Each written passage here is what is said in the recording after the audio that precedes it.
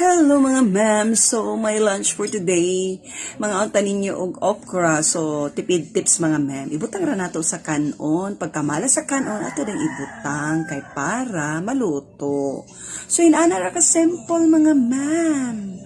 So no need na nga magkuan pa ta, magpabukal pa tag tubig. So muna ang mga style. Kay muna ako nakita sa unang panahon sa akong mga lola ug lulo.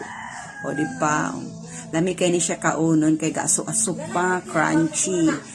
So, ganahan kay ko ani kay anti-cancer. Daghan kay siya mga benepisyo mga ma'am. Okra. So, sa ganahan mo kaon og okra diha, kaway-kaway ang kamay. So, mga ma'am, mga unta ninyo kay lunchtime na. So, ganahan ko kaon ang okra mga ma'am. Diba? New Year, Pasko New Year. So, sige tayo og karni. So, dire na punta sa mga healthy and organic. So, thank you for watching. Babu!